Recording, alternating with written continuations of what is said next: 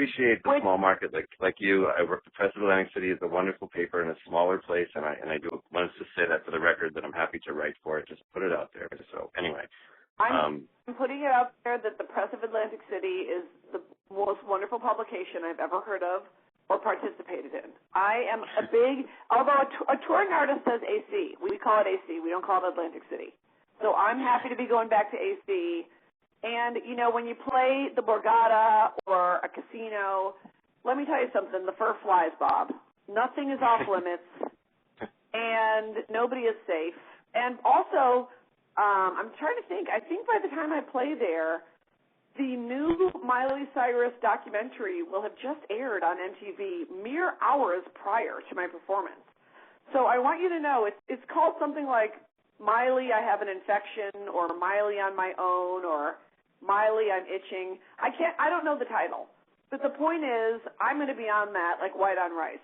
And so I will be covering, like you do, the important news topics of the day for the good people at the Borgata coming to see me October 5th at 9 p.m. Well, you just covered a lot of ground there. Miley was the next question on my list, of whether she was going to be in your act. I figured she was, so now you confirm that. That's great. First of all, you should know that in the documentary, and I use that term loosely, she gets advice from Britney Spears, which I think is completely appropriate. Is it wardrobe advice, or what kind of advice is it, do you know? I assume it's life advice, Bob. I mean, if you're going to go talk to Britney Spears, you're not going to talk to her about music. You're going to talk to her about Nietzsche, Kierkegaard, all the great existentialists. Yeah, that was the next question on my list for you, was to move on to the great existentialists. So I'm glad you brought that up as well. Melissa Gorga. I was thinking Melissa Gorga from The Real Housewives. Pardon me? Wait, are you asking me to choose between Melissa and Teresa, or you just want to talk about the Gorgas in general? Well, I was especially interested in Melissa's new book of love advice, The Italian-Style Guide to Marriage. That's not the exact title, but it's something like that. So, like, happy life, blow your husband? I'm paraphrasing again. Happy wife, buy me jewelry. I don't know. You know, look, you're really asking the wrong girl. I actually have only been with men because I like them. So, you know, these chicks that are like with the guy for the Hermes bag, that's really never been my thing. But I will happily make fun of both genders and the entire LGBTQIA community, although I will also march for their rights. I will march for also their rights to make fun of each other, as well as love and worship the Gorgas, or choose not to.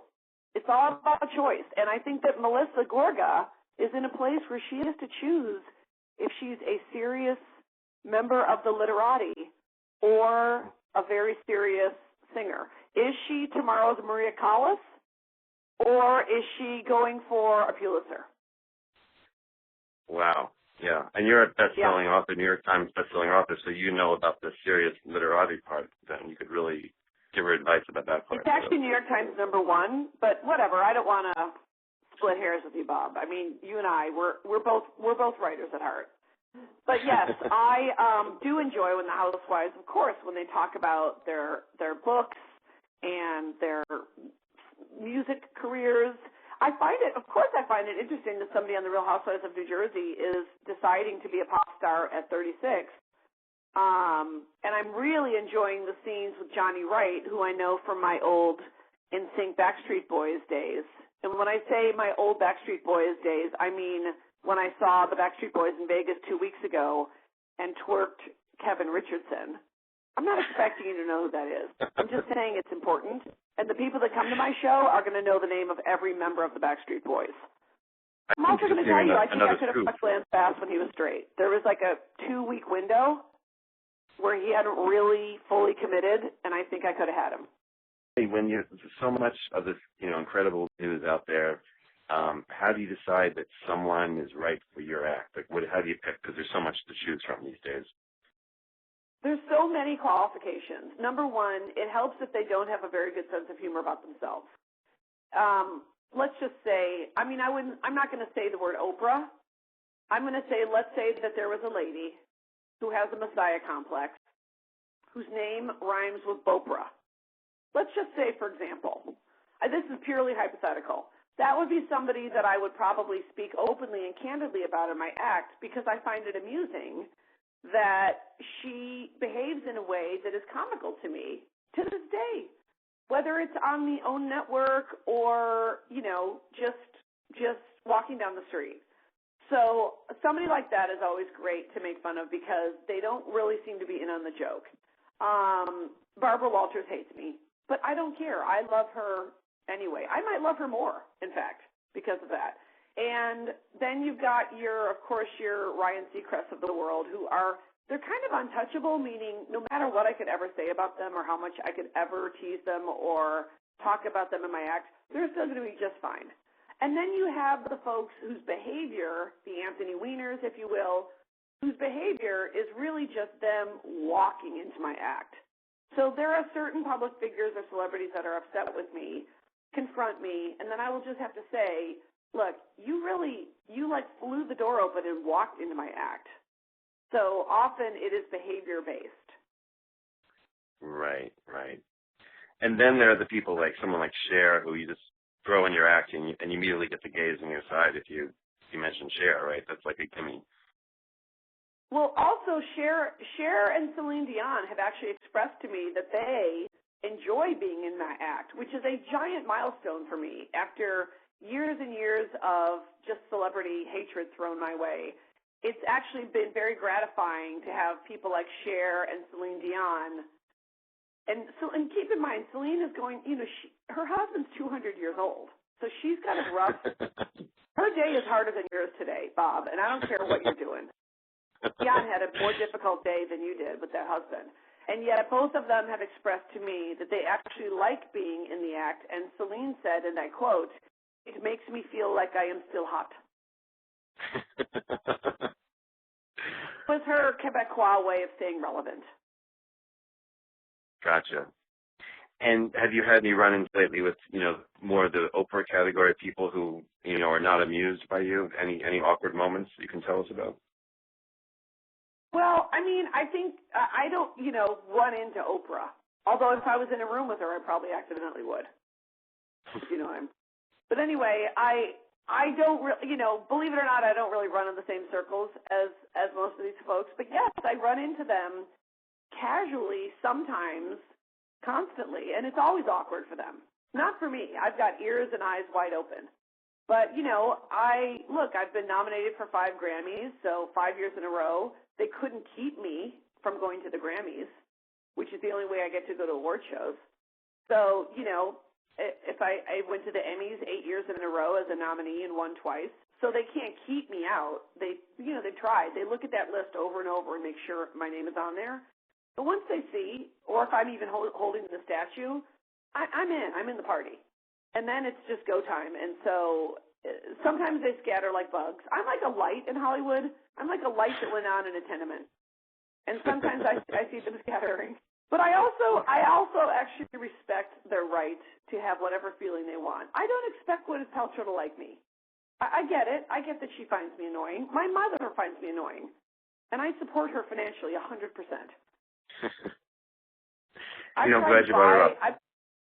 Pardon? No, I was going to say, I wanted to ask about your mother, of course. How is she doing? She's not really on TV as much because, since the D-list is off, right? So has she adjusted to a lower profile, or what's she up to? Oh, she's not taking it well, Bob. First of all, not only is the D-list off, but my 2-year talk show on Bravo, simply called Kathy, available on iTunes, is also off, and she was in the front row every episode. So I don't know if you are going to know who some of these people are, but I will tell you, I had a talk show for 2 years. It would have 3 celebrities on once a week, and they would be on the whole time. But what I found charming was that the celebrities were far more interested in meeting my mother, that's not the part that's surprising. The part that's surprising is having people like rapper T.I. or rapper A$AP Rocky, like really wanting to stop everything they were doing and go like have some Maggie Griffin time. And also knowing that those guys may or may not enjoy the scissor.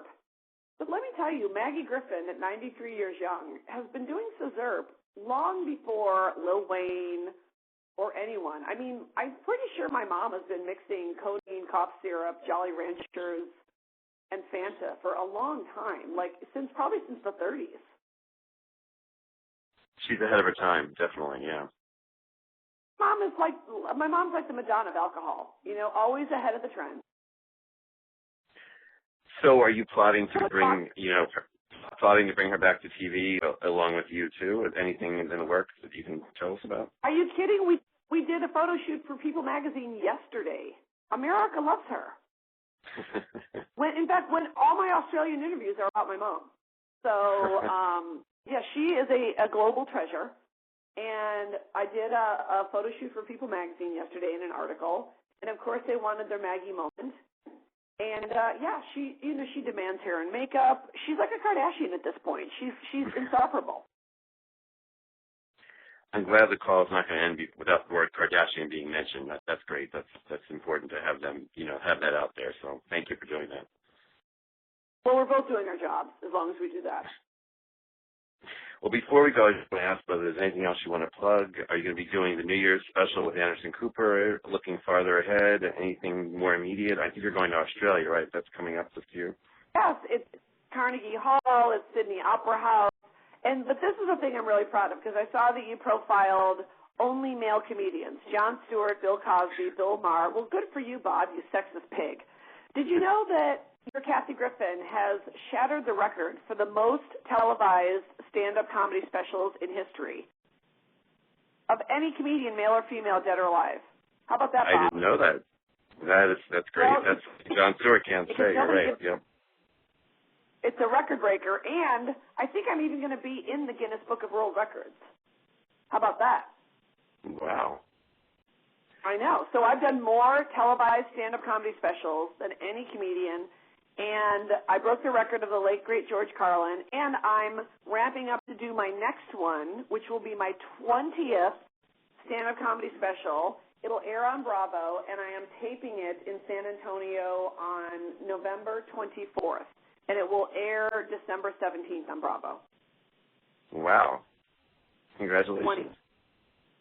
Well, when you're a chick, you just have to work harder, Bob, and jump higher. That's the bottom line.